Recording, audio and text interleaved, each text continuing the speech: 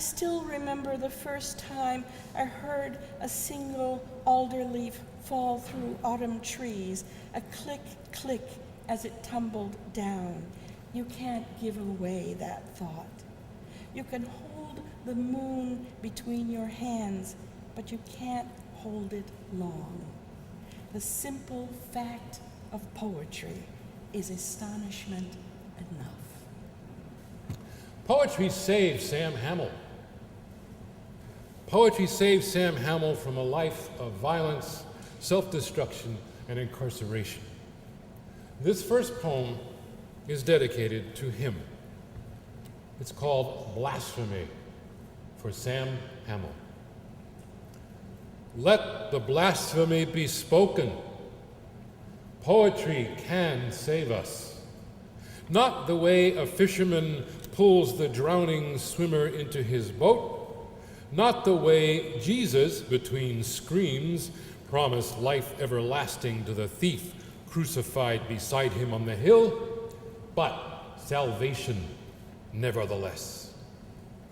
Somewhere, a convict sobs into a book of poems from the prison library, and I know why his hands are careful not to break the brittle pages.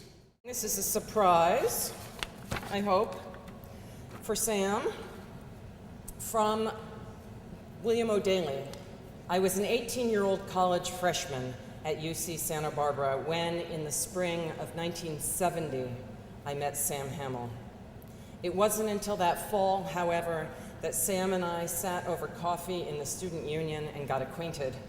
It took little time for me to recognize that in Sam, I was experiencing a phenomenon that was all too rare.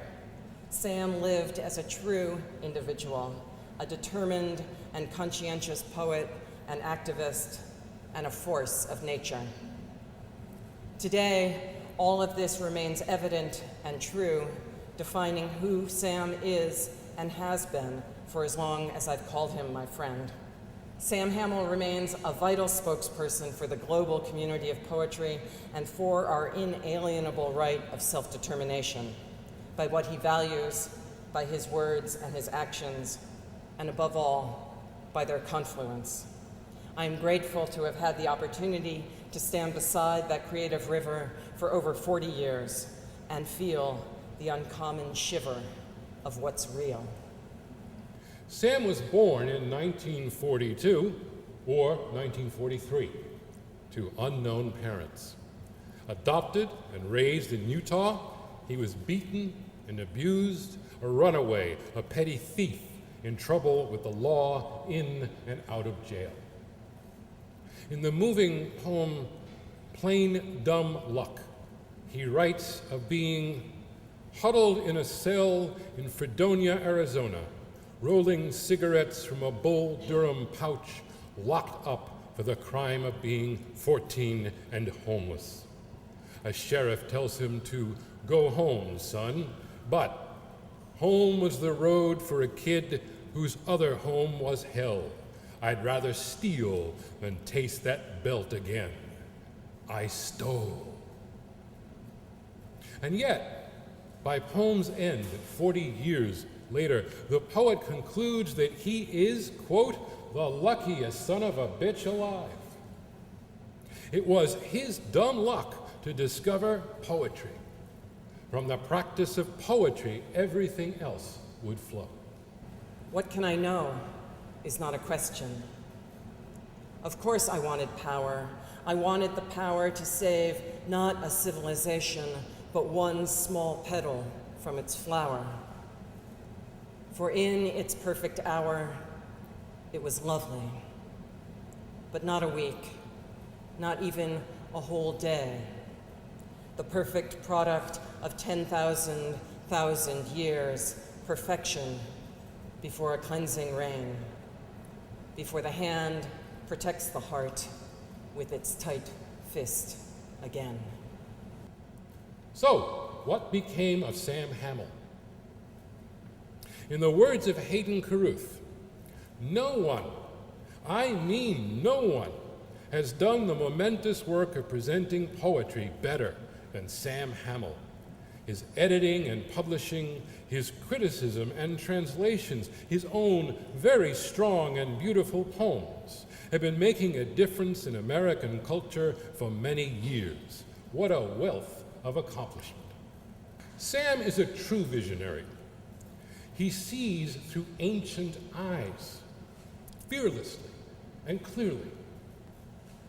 Albert Camus wrote, "Henceforth, the only honorable course will be to stake everything on a formidable gamble, that words are more powerful than munitions."